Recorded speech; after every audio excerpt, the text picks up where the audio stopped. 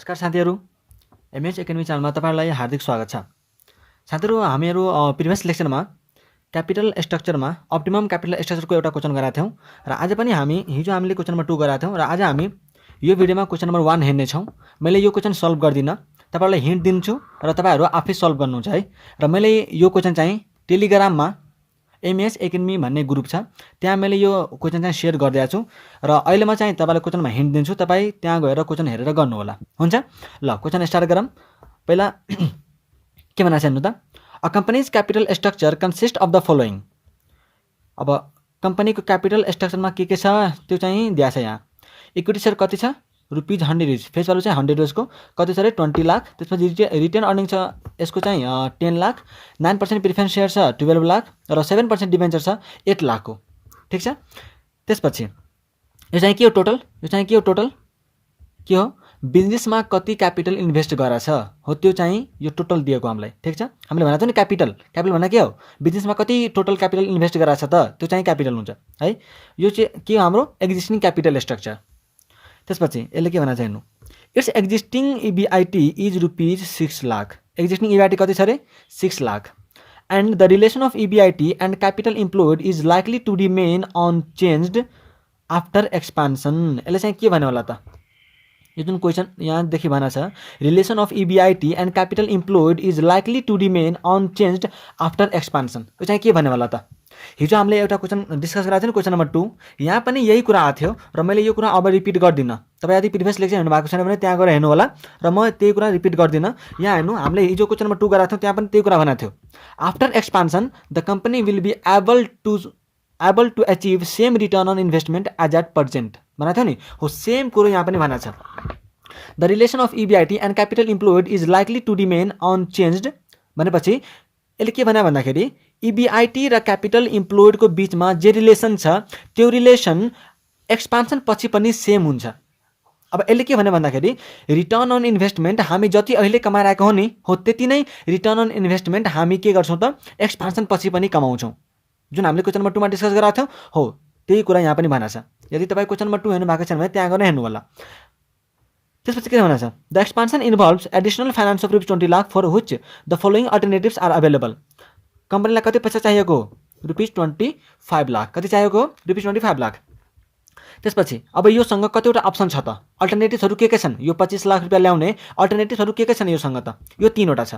पहिला यसले के गर्न सक्छ भन्दाखेरि issue of 20,000 equity share at a premium of 25 per share.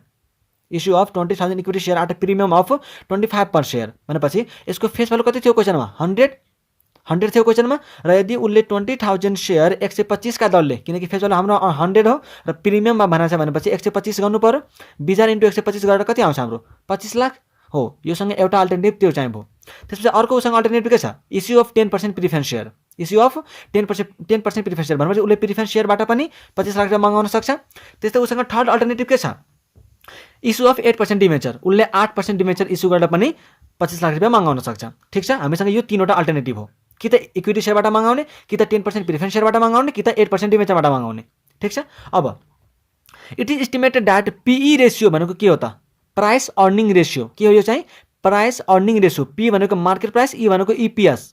P भनेको मार्केट प्राइस जुन हामीले कुरा गर्छौँ नि MPS market price per share, र ई भनेको EPS. MPS divide by EPS भनेको पीई रेशियो हुन्छ। ठिक छ।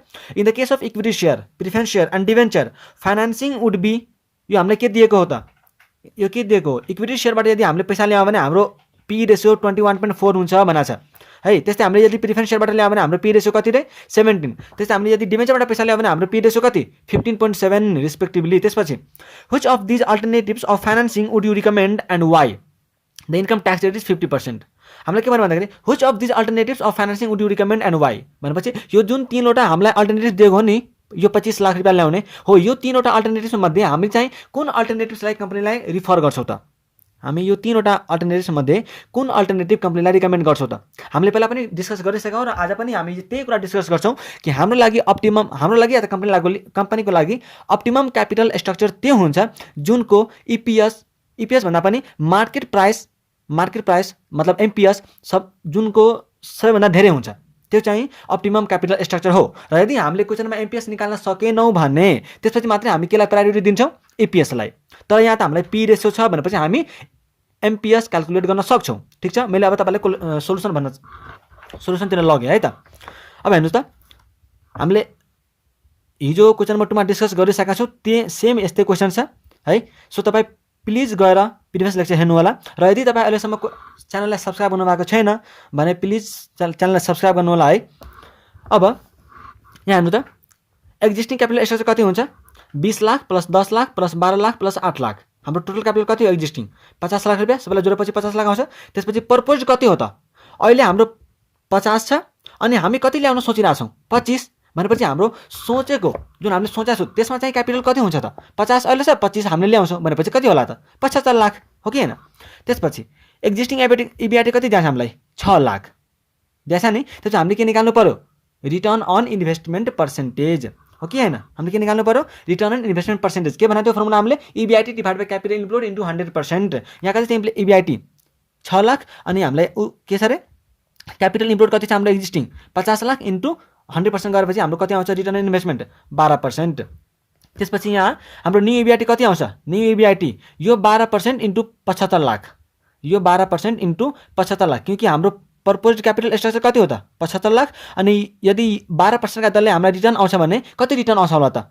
यही क्यापिटलमा रिटर्न आउने हो भनेपछि 75 लाख इन्टु 12% गरेर हामीलाई के आउँछ त? इबिआइटी 9 लाख 9 लाख 9 लाख आउँछ। ठिक छ, अब मैले क्वेसनतिर लगेँ। अब यो चाहिँ हाम्रो के हो त? एक्जिस्टिङ हो। यो हामीले एक्जिस्टिङमा गर्छौँ अनि यो चाहिँ जुन हामीसँग छ नि प्लान 1, प्लान 2 र प्लान 3 अल्टरनेटिभ हो नि त हामीसँग, 3वटा अल्टरनेटिभ हो, त्यही हामीले 3वटा अल्टरनेटिभ लेखा छौँ। अब यदि हामीलाई एक्जिस्टिङमै इपिएस धेरै भयो भने त हामी प्लान किन चुज गर्ने हैन र? हामीले यदि एक्जिस्टिङमै राम्रो छ भने त हामी प्लानै चुज गर्दैनौँ नि हैन? यदि एक्जिस्टिङ भन्दा बेटर भयो भने त पो हामी यतातिर चुज गर्छौँ हैन? सो त्यो पनि हामीले चुज गर्नुपर्छ, त्यो पनि हामीले हेर्नुपर्छ।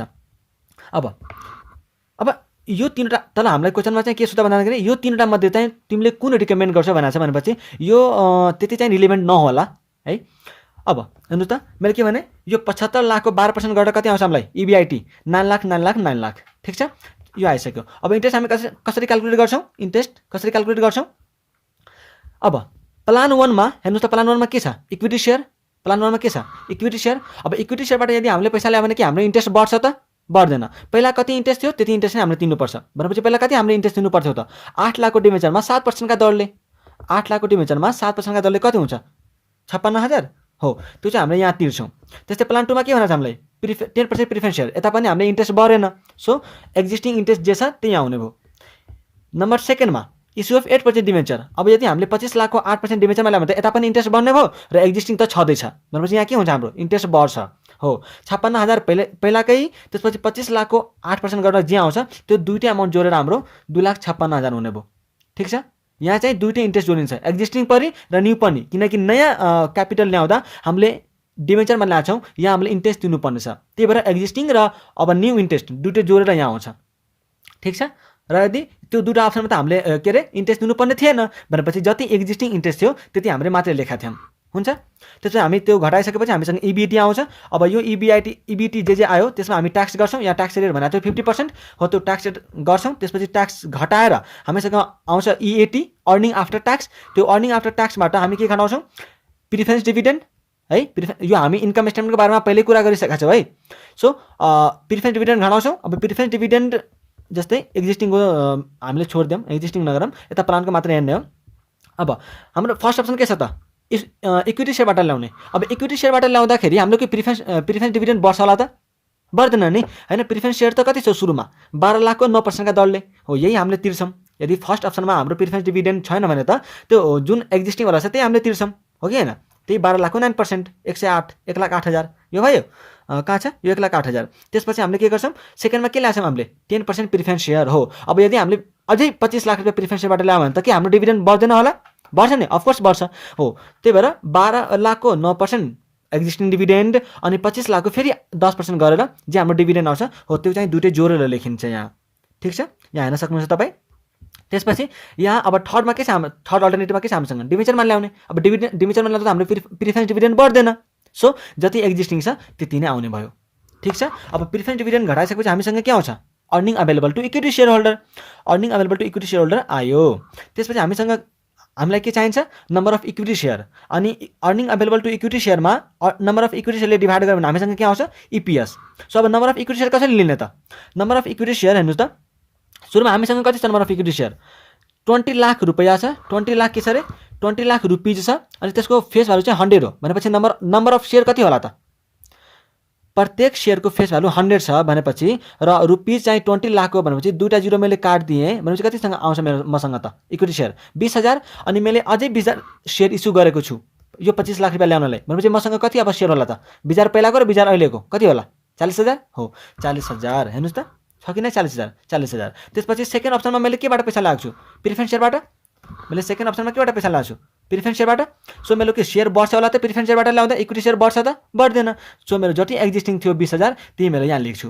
त्यस्तै नम्बर थर्डमा डिमेजरबाट ल्याउँछु डिमेजरबाट ल्याउँदा के मेरो इक्विटी सेयर बढ्छ होला त बढ्दैन सो मेरो जति एक्जिस्टिङ थियो त्यही नै मैले लेख्छु भयो।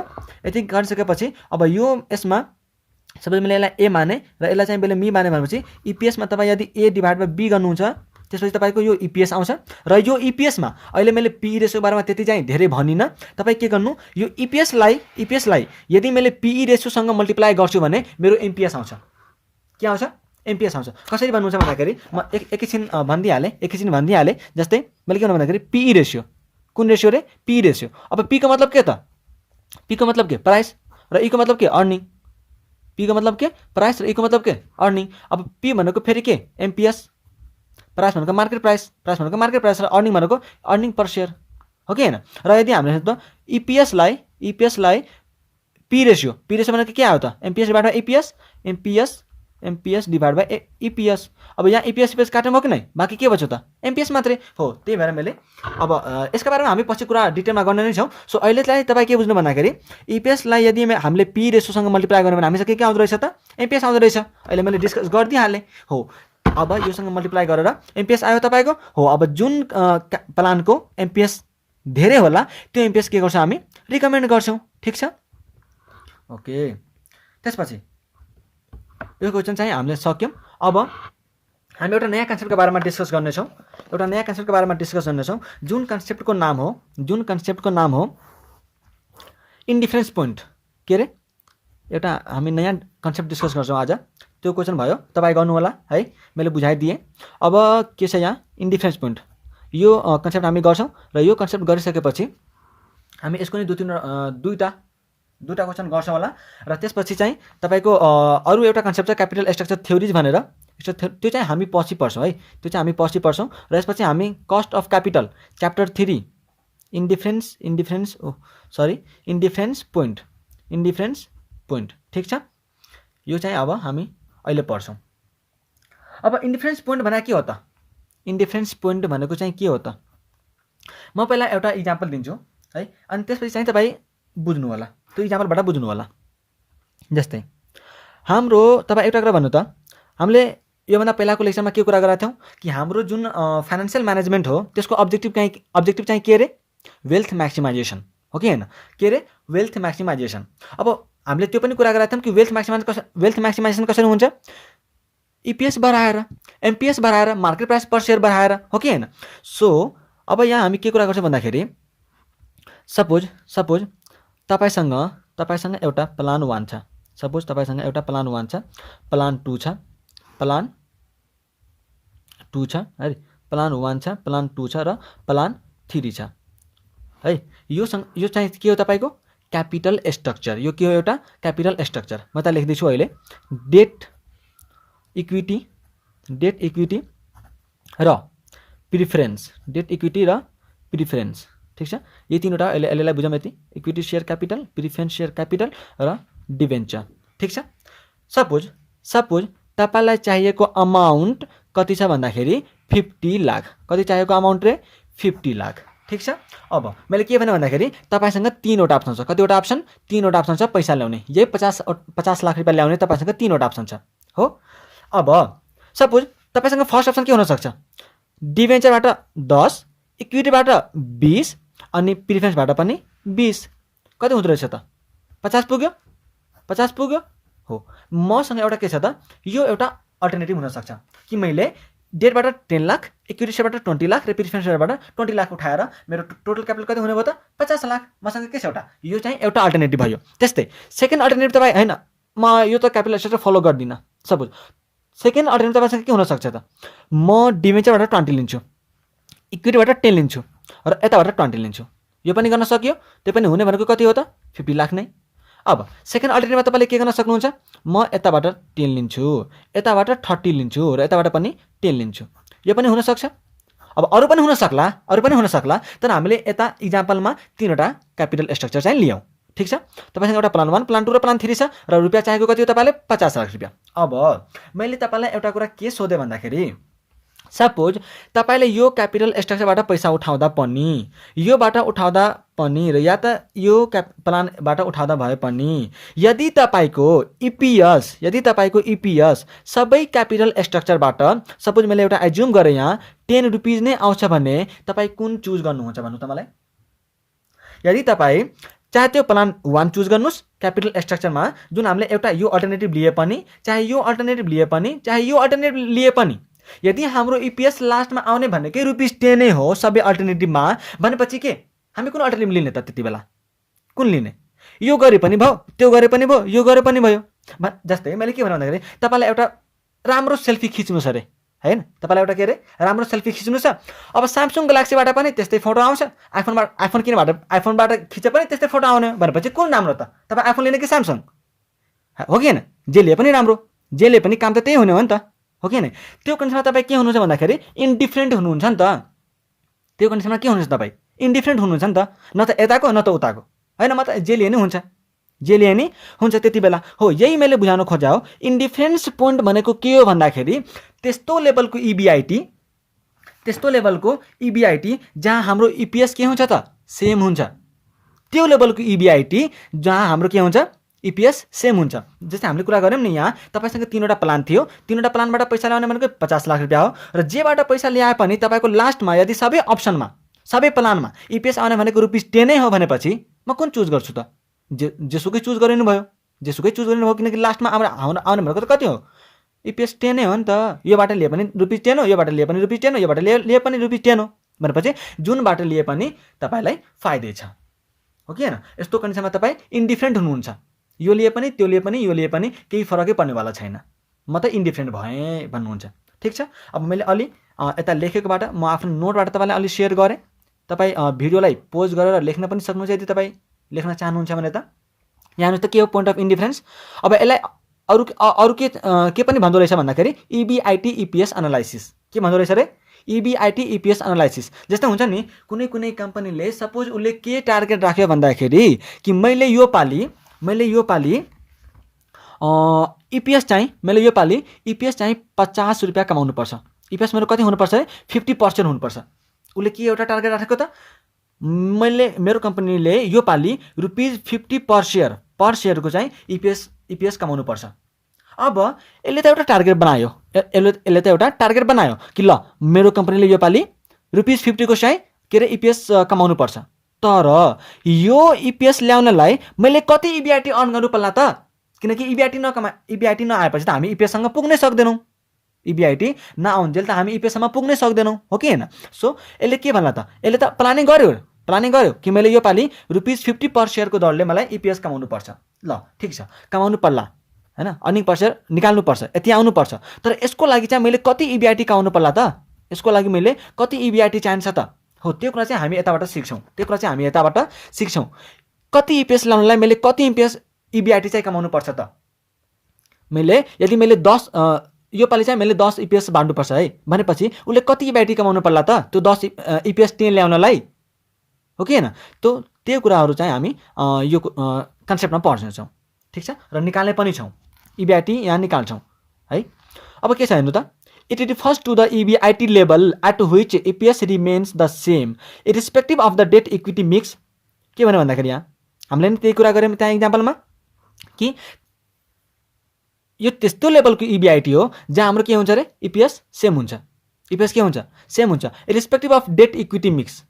जसरी हामी जेसुकै हामी डेट इक्विटी मिलाउँ न, यहाँ हामीले त्यो कुरा त गरायौँ नि प्लान 1 मा, जेसुकै ल्याउँ 10-20 लिए पनि 20-10-20 लिए पनि 10-30-10 लिए पनि इपिएस आउने भनेको 10 नै हो, हो कि हैन। सो हामी के हुन्छौँ यहाँ त्यस्तो EBIT लेभल जहाँ हाम्रो EPS के हुन्छ त सेम हुन्छ, चाहे जस्तो सुकै हामी क्यापिटल चुज गरे पनि हाम्रो EPS के हुन्छ त सेम हुन्छ। त्यसपछि अरु के भन्नु त, at this point rate of return on capital employed is equal to the rate of interest on date.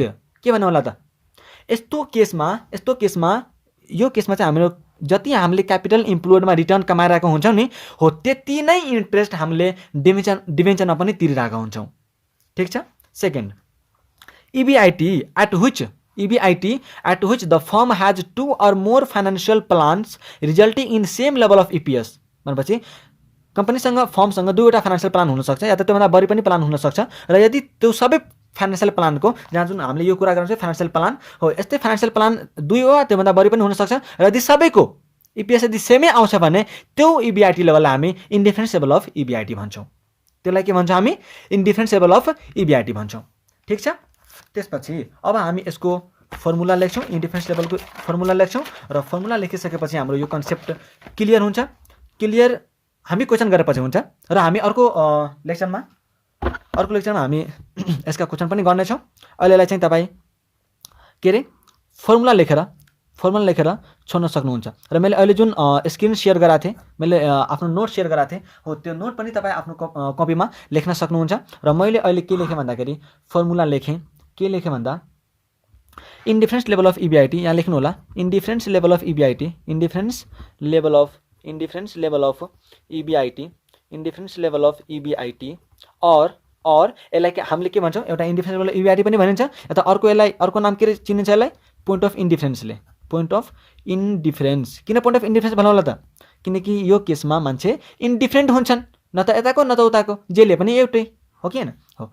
अब यसको के हुनु भयो फर्मुला, यसको फर्मुला हुन्छ EBIT के हुन्छ फर्मुला EBIT माइनस देखिएन क्या EBIT minus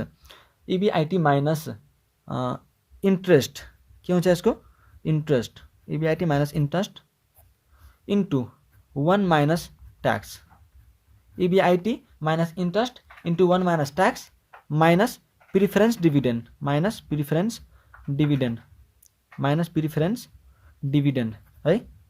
preference dividend divide by number of equity shares. ठिक छ।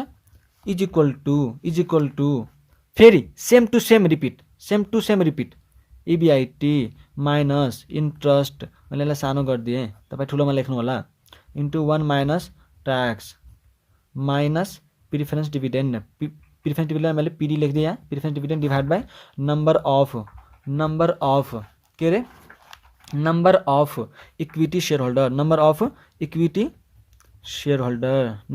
Shares not shareholder sorry, number of equity shares. ठिक छ। यो फर्मुला चाहिँ अहिलेलाई चाहिँ तपाईँ लेखेरै छोड्नु होला र हामी अर्को लेक्चरमा यसका एउटा क्वेसन गरिसकेपछि तपाईँलाई पुरै क्लियर हुनेछ। र यो कुन क्वेसन गर्छौँ भन्दाखेरि हामी यो डिसेम्बर 2020 मा आएको क्वेसन गर्छौँ। डिसेम्बर 2020 मा यसको क्वेसन आएको थियो इन्डिफरेन्स पोइन्टको, हामी त्यही क्वेसन गर्नेछौँ र त्यसपछि हामी यो च्याप्टरलाई सकाउँछौँ र यो च्याप्टरको एउटा कन्सेप्ट बाँकी छ त्यो हामी पछि चर्चा गर्छौँ र हामी अर्को लेक्चरमा सायद क्वेसन गरिसकेपछि कस्ट अफ क्यापिटल चाहिँ स्टार्ट गर्छौँ होला। कस्ट अफ क्यापिटल भनेको तपाईँ यहाँ हेर्न सक्नुहुन्छ, हामीले अब लिभरेज त सुरुमै पढिसक्यौँ, हाम्रो क्यापिटल स्ट्रक्चर पनि अब भोलिको लेक्चरमा सकिन्छ। त्यसपछि हामीसँग हुन्छ च्याप्टर 3 कस्ट अफ क्यापिटल। ठिक छ। हामी कस्ट अफ क्यापिटल स्टार्ट गर्छौँ र तपाईँसँग यतिवटा च्याप्टर पढ्नुपर्ने छ है, 14 वटा। ठिक छ। ल आजको लेक्चरमा यति नै गरौँ। यदि तपाईँलाई भिडियो मन परेन भने प्लिज च्यानललाई सब्सक्राइब गर्नु होला र भिडियोलाई आफ्नो साथीभाइहरूलाई सेयर गर्नु होला र यदि तपाईँलाई केही कुरा मनमा लागेको छ भने प्लिज क्वेसन सोध्न नडराउनु होला है, क्वेसन यसो गर्नु होला। तपाईँलाई यदि केही सुझाव छ कमेन्टमा केही सोध्नु छ भने सोध्नु होला र मैले यो क्वेसनहरू चाहिँ टेलिग्राममा MH एकाडेमी भनेर ग्रुप छ त्यहाँ मैले सेयर गरिराख्छु। सो प्लिज यदि तपाईँ गर्नुभएको छैन भने त्यहाँ पनि ग्रुप जोइन गर्नु होला र हामी त्यहाँ सबै क्वेसनहरू सेयर गरिराख्छौँ। तपाईँको होमवर्क पनि त्यही हुन्छ है। ल आजलाई यति नै गरौँ। Thank you so much.